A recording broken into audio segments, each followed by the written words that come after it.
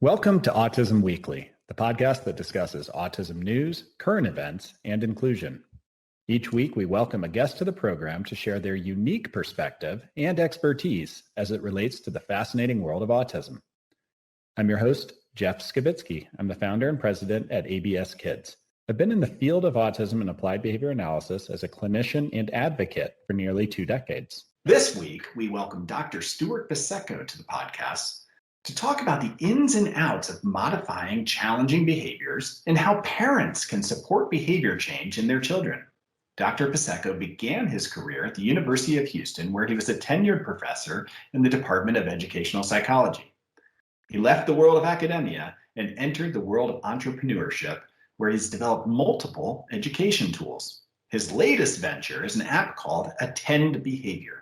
It's designed to help busy parents bring out their child's best behavior. Dr. Pisecco, welcome to the podcast. Hi, Jeff. Thanks for having me. I look forward to getting a chance to chat with you a little bit today.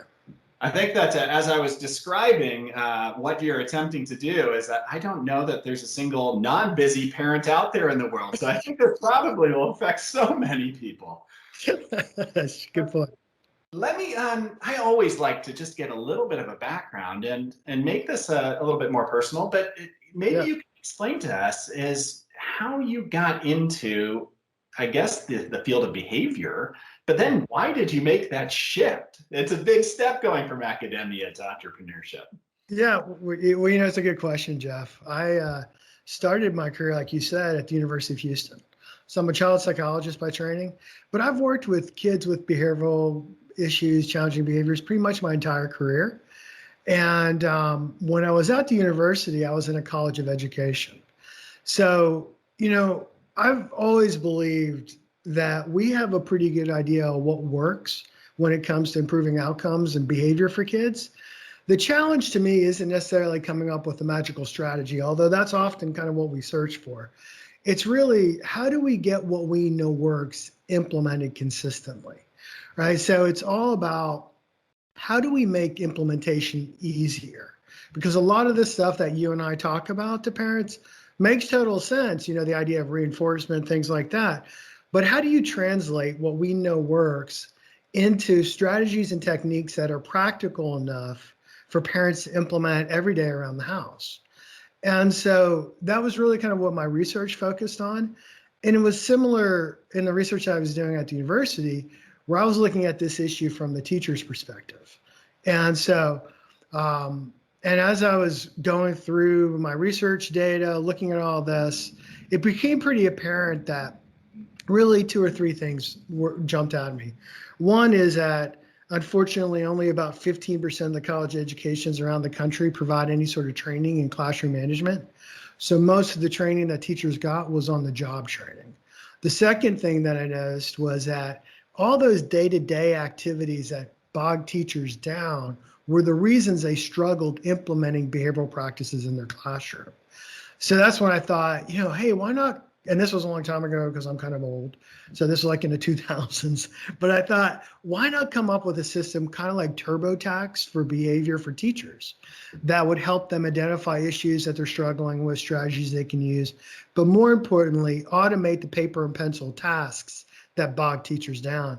So that was the idea that led to the development of that software system. And we were pretty successful with it. We had a lot of positive outcomes in terms of improving behavior, reducing out of school suspensions, helping special education departments improve the quality of their services.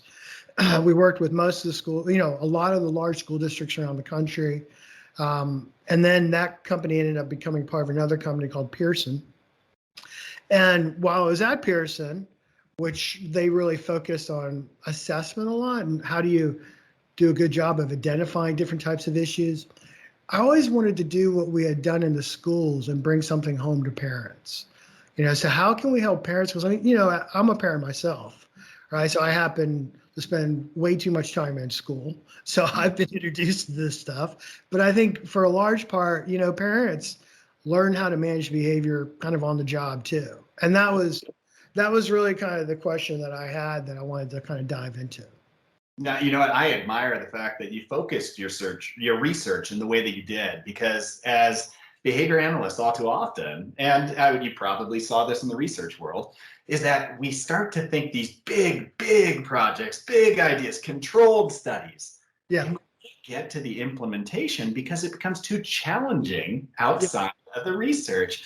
And I think it is. You hit on two very important factors. It's got to be easy. It's got to have an efficiency component to it. Yeah. And it's got to have immediate value Yeah. to the parent in understanding how to interpret this so I can apply it. So I think that what you did, both for the educational community, because teachers are, I pour my heart out to teachers because it's sometimes the most challenging job in the world, until you look at the job of a behavior interventionist and a parent and working on these things 24/7, where having these additional tools becomes so important. Yeah. So tell me a little bit about this app. I mean, you went to develop it in a parent perspective on how to be able to educate them on everything that you probably spent years and years studying. So how did you simplify it? How did you make it accessible? Yeah. Well, it's a good question. And really, you're right, because there's a lot of different avenues you can go with all of this. And I think the thing that I wanted to do first was just go talk to parents. So I conducted a lot of interviews with parents. We collected data from around 900 parents, and I asked them a few questions, right? I asked parents, what sort of things do you really struggle with? What sort of, where do you go for help? What types of interventions have you ever tried when it comes to trying to help improve behavior? And the result of that was parents struggle with a lot of different issues, but there are things like really trying to keep everyone on track, trying to deal with a common set of behaviors, things like temper tantrums, not following directions, things like that. Parents, really are hungry for strategies and will try a lot of different things. The one thing I asked them was, if you knew another parent who had a child like yours, what would you tell that parent that they absolutely have to do? And the one strategy that popped up to the top, a really kind of approach, was behaviorally based parent training. That was the thing that parents said, when I went through parent training, that's kind of when the light bulbs went on for me. And I understood my kids a little differently. And I really understood how to respond to them differently. The problem was out of the 900 or so parents that we talked to, only about 30% of them had access to parent training. And this is really kind of a classic issue. The data from the CDC says the same sorts of things. There's actually data that have looked in particular at families who have children on the spectrum, and only about 25% of them have parent training as an incorporated component of their service delivery models. So that's when I thought, wow, this is something that we know from the research literature works, but there are challenges in getting access to it. So that's when I thought, okay, I'm going to hone in on parent training, because it's really a set of very specific approaches and skills that we can help parents learn how to think about, respond to, and interact with their kids differently. So that was kind of how I decided that I wanted to focus on parent training. Now, really with a 10, there's three components of it. One is getting parents good content. The second is, how could we create tools to help build fluency in the skills that we talk about in parent training? And the third was, how can we make it easy for parents to communicate with their providers around what types of challenges they're having? When you were talking about the making it easier for the parent to be able to do, to understand, to access, that's the part for me that I think oftentimes we get caught up in. I talk to my wife all the time, even at our house, and it's like, Jeff, it's so much easier for you to say what to do. It's so much harder in the moment to do it. Do you find that parents are oftentimes biting off too much and maybe just simplifying into just a few buckets, and just knowing concepts is the first step? Yeah, absolutely. I think that one of my professors in graduate school said to me, he said, psychologists will never use a small word when a big word will do. So we tend to kind of, over explain things and talk about things in kind of esoteric ways and use very jargony concepts and things like that. So I think we're all kind of guilty of that. And so being able to kind of explain ideas and concepts in simple ways. Like, for example, we talk about the idea that behavior serves a function, right? Behavior serves a function for kids, really kind of for everyone, right? So, and we talk about the different types of function. And one of the ways that I like to talk about this is to say to parents, really, fundamentally, kids engage in the behaviors they do for one or two reasons, right? Either they're trying to get something they want or get away from something that they don't like. Now, what they may want may vary, but fundamentally, at the end of the day, that's why kids act the way they do. The truth is, right, Jeff, that's the reason we all act the way we do. So I think trying to avoid the jargon stuff and focus on the very basic concepts we're trying to explain, it helps connect it to people. It helps it connect for people as well. The other thing that was important was we ended up partnering with the Ruby Research Group. So the Ruby is a parent training program that's been developed, and it's an evidence-based program. It's gone through several clinical trials. It's been designated a program that works. And instead of just us writing a curriculum, we wanted to partner with a group who had done the research. These guys, had spent 10 years or so. They worked hand in hand with parents in developing a curriculum for families who have children on the spectrum that makes sense for them. So I think, a little bit of it was us, our team really focusing on making sure we're hitting the essential components of it. But second, finding a really good research partner who is aligned in how we think and how we approach it.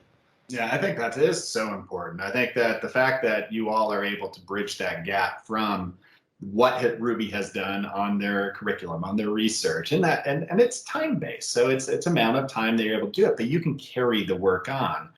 But to go back, when you were talking about building up your content library and to be able to speak to the family, you actually touched on something that I find very valuable to coach clinicians on.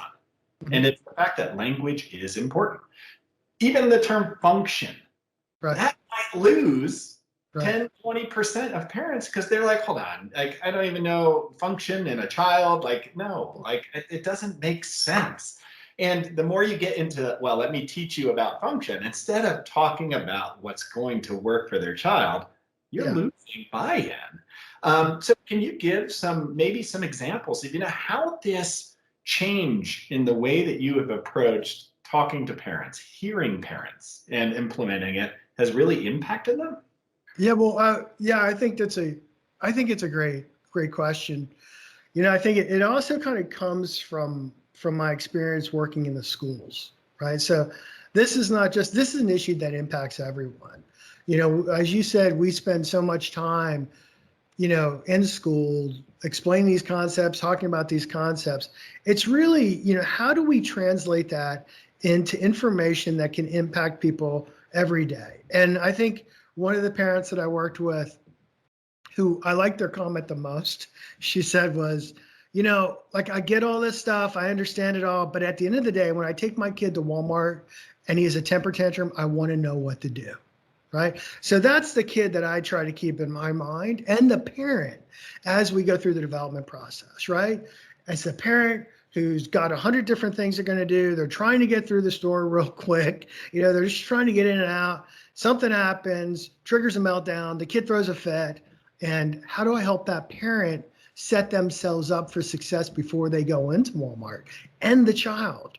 Right. And so I think those are the things that really are most important to me. And I think about, as I said, I have two kids who are older now, but when they were younger, my friends, have known me forever, said, all that stuff that you talk about, right? All that behavior stuff you talk about all the time, you go out and do talks for. Well, do you really think that stuff works now that you have a kid?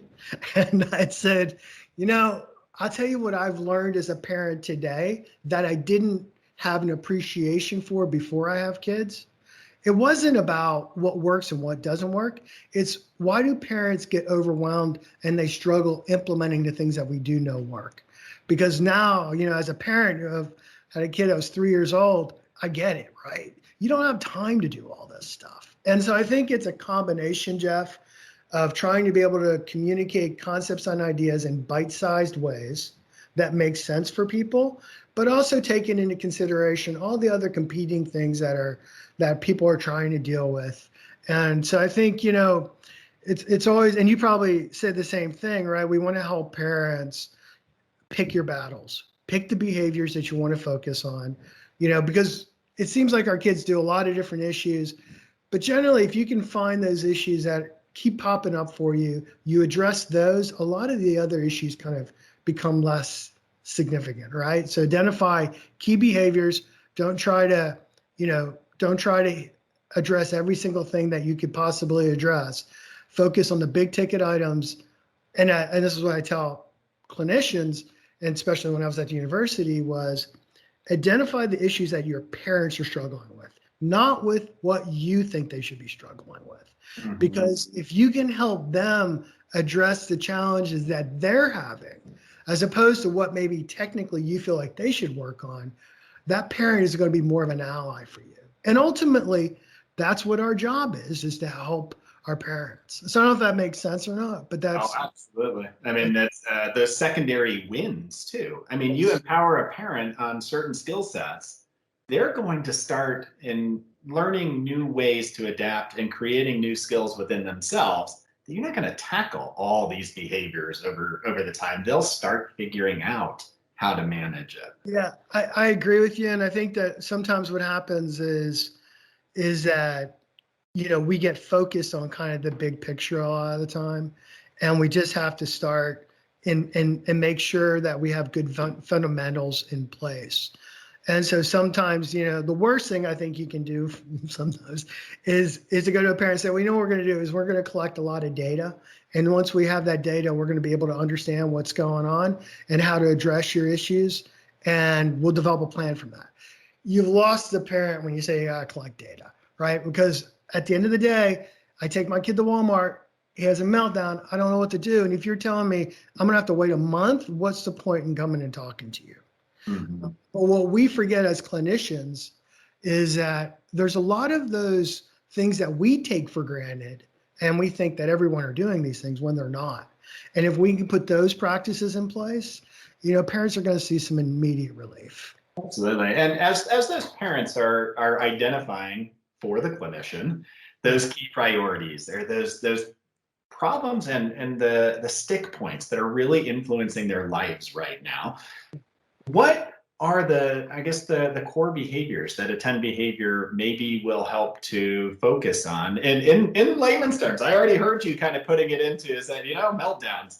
I've heard tantrum. I mean, these are things we connect to as parents. What are some of the other behaviors that maybe are going to interrupt the daily life? Yeah, well, I think that there are 5 behaviors that parents tend to struggle with most often, right? We've talked about the big 2, temper tantrums and not following directions. Those are the 2 behaviors that parents kind of uniformly endorse as the most challenging for them. Aggression is always an issue, but it doesn't occur at the high level of frequency that sometimes we think it does. For some kids, it does. But what tends to be more problematic with aggressive behaviors is mild aggression. The siblings kind of nitpicking at each other, pulling hair, things like that. More mild aggressive behaviors. Then you have impulsive and hyperactive responding. That those types of behaviors are next on the list, followed by inattention, issues with inattention. So those 5 behaviors, when we surveyed parents, those are the ones that parents struggled with the most. Those were the behaviors that Ruby was specifically designed to tackle and have been shown to be very effective for. What's interesting about those 5 behaviors with my last software system, we worked with school districts that were responsible for the education of millions of kids. And the 5 behaviors that tend to show up on kids' behavior plans in special education were those same 5 behaviors. So those are the behaviors that drive kids to getting referred to special ed. So that's what we wanted to focus on. High frequency, the most common behaviors that parents are struggling with. Yeah, absolutely. And I mean, I've talked to so many parents over the years, and when you're talking about the things that hit home, that they'll bring tears to their eyes as far as I just didn't know how to deal with this situation. You're talking about this because those are the ones that present inherent risk at times, and safety, and just being able to be around in public. And those are the ones that are the most valuable. Yeah, and I think it's really important that parents know that they're not alone in struggling with those issues, because the other biggest stress point that parents talk to me about is, feeling like the other parents don't understand them or they're judging them. So it's really important for parents to understand that the issues that they're struggling with are actually pretty common. We can help them with those behaviors, and they're not necessarily alone. All these behaviors happen in different range of spectrums, right? But we all struggle. I struggle with them, right? With my kids when they were younger too. So I think it's important for people to know none of us are perfect. We all struggle from time to time. We all can use a little bit of support along the way. And that was really our goal with Attend, was let's put good practices in the hands of parents so we can help them implement the most common types of things that we know work. The other part of Attend that we spent a lot of time on was we have in the app, we talk about different techniques, like, for example, Catch 'em Doing Good, right? Catch 'em Doing Good is a strategy that focuses on positive social, reinforcement, basically just kind of catching your kids doing the things you want them to do. Because a lot of times what parents will say is, well, you always are quick to point out the things I do wrong, but you never talk about the things I do right. Catch 'em Doing Good is designed to catch them doing the things that they do right, so that we encourage those behaviors and we reinforce the kids for those behaviors. All this makes perfect sense on a podcast when I'm maybe driving somewhere or going on a run. But when you're in the moment trying to implement it, that's when things get a little tricky. So with Attend, we talk about the concepts. Then we ask the parents to set up like a practice plan for them. They identify the behavior they want to reinforce. When would be a good time to do it? And then we push out coaching tips through the app, through our notifications. Like, hey, remember, this is a good time to practice Catch 'em Doing Good. This is what to be on the lookout for. This is what to say when you see it. And our goal with those tools is to help build fluency with it. And that's important when you're a parent to remember these things may seem pretty straightforward. They're complex in implementing, and it's going to take a little bit of time for you to get used to doing it. And it may feel a little unnatural. That's okay. That's to be expected. That's why we feel the coaching tools, and it's actually one of the most popular components of Attend, are those coaching notifications and reminders. Yeah, you know what, the way that you have described that, and I mean, even when you're looking at a behavior intervention plan from a school district or from a clinician, it's following those same routines, but it's putting it into a framework that the parent understands. It's why? Okay, why is this happening? What is going on that's starting this whole thing? You get the why. And then you move from that why to say, okay, so what is it that I'm hoping they're going to be doing during this time instead of that? Like, what is it that I want? And you all create that path to get to that personalized plan, which is so important to be able to do. I love the reminders, though. Yeah. Is that you don't always have somebody there as your support. And even a text reminder or a little notification on your phone in the app, that does it. It gives you that reminder of, hey, you know what? I can do this. Even if I do it 5 times, yeah. I did good. Absolutely. And, I'll tell a story on myself. My kids were in the kitchen arguing about something. Can't remember what, but they were arguing about something and I was getting frustrated. I was trying to do something else. And my notification popped up on my phone because I demo my phone a lot, right? And it said, hey, remember, it's time to catch Lucas doing good.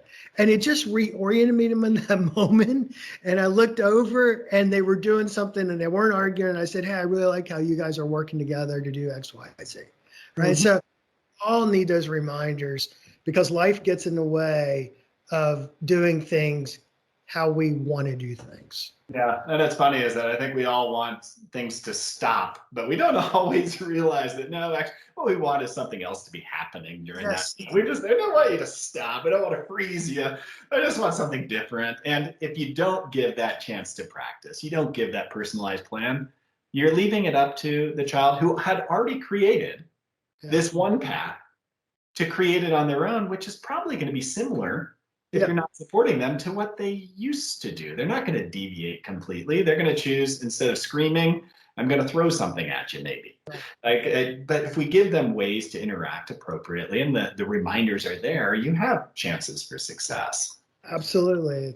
It's absolutely, a lot of times these disruptive, the behaviors, the challenging behaviors, they come about because we inadvertently reinforce kids sometimes, and we don't even realize we're doing it, right? So, we don't respond to a kid right away because we have 100 things going on, but when they do throw that fit, that's when they get our attention. So we've inadvertently, told them, hey, if you really want to get my attention, throw a fit.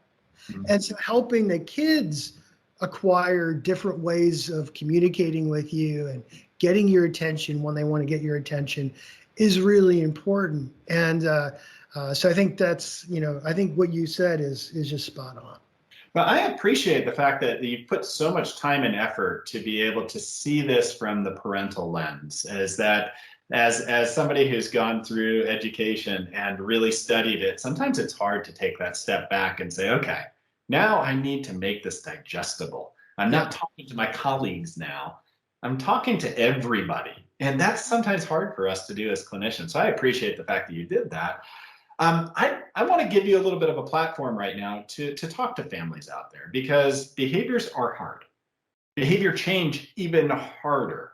We're about to go into the next 2 months where we potentially, it's like a summer sort of environment where you have a little bit of chaos. You're out of school, then you're back in, then you're out again, longer days, anticipation of holiday. Everything that could compound for behavior to go up is there. Right. What is your encouragement to families during this time period? Well, I think that one of the things that's important during these time periods that are naturally stressful, right, is really kind of look at the amount of stuff you're taking on as a family and as a parent.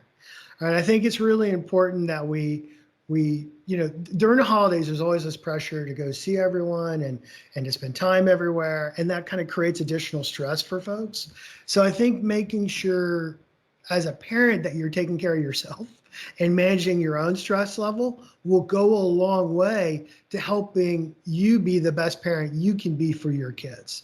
So I think that's the first thing that I always talk to families about during this time of year, is make sure that you're taking care of yourself and you're recognizing when you're getting overloaded so that you can be the parent that you want to be with your kids. So I think that's the first thing.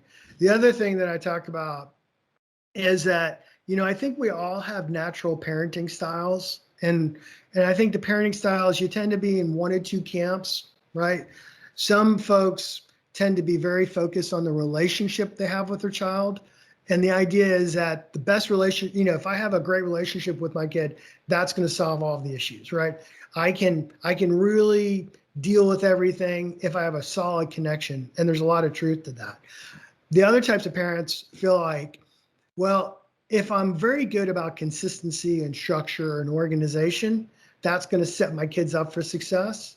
And so that's when I can best serve my kids.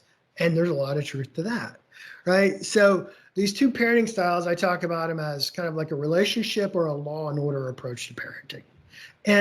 And sometimes parents who have different styles, they get in conflict with each other. The thing we got to realize is that there's value both approaches, right? And that we have to kind of recognize that we do need to be consistent in how we interact with kids. It is good to have some general structure and schedules and routines to how things are going for kids. It's important also to spend quality time with our kids one-on-one and letting the kids engage in the activities they want to engage with and not focus on providing instruction in those moments, because your goal is to build a genuine connection with your child. And that can be somewhat difficult for some kids, for parents to feel like they have that connection. But what you got to realize is that our views of what a connection might mean are different. And every kid connects with their parents in different ways, whether or not they express that or it's articulated in the same way. All kids want the same thing. And I think it's important that, we as parents really realize that if we use all the tools in the toolbox, that's when we get our best outcomes. And recognizing that your partner may be a law and order approach or maybe a relationship type of approach. It's not that that's wrong or that your approach is different. It's just that you both can bring something unique to the table, and that's important. So I'm not sure, Jeff, if that's exactly kind of what you were looking for, but I think some of the big ticket ways that I think about this during this time of year. Yeah, you know what, Stewart, the way that you framed that actually makes a lot of sense. Is that, you started out by really hitting on that piece that I think so many families have talked to me about is parental self-care. Can't be a great parent unless you care about yourself first. So making sure that's there. But I love the fact that you brought in two other things that I oftentimes don't necessarily hear everybody talking about. One is that parenting styles are styles, but they can be learned. You can learn from one another. You can blend those to create a better way to approach your child and to create a better family environment, because that creates consistency, because you have parents that have learned from one another on how to be able to engage. But the big piece that I think is probably one that I think that I overlook is the fact I think holidays are hard because of lack of consistency and structure. The holidays could provide all of those opportunities to learn from one another, to create shared events, memories, chances for the child to be a leader on certain activities, and flexibility, but doing it in a way that you have created a structure for success. And maybe parents, what they should be doing as part of that self-care is investing in something like your app, because the way you're talking to me right now makes sense to me as a parent to parent, and it takes that clinical mind out of it. So I love that. I love that aspect to it. How can people get information about attend behavior and maybe give to themselves?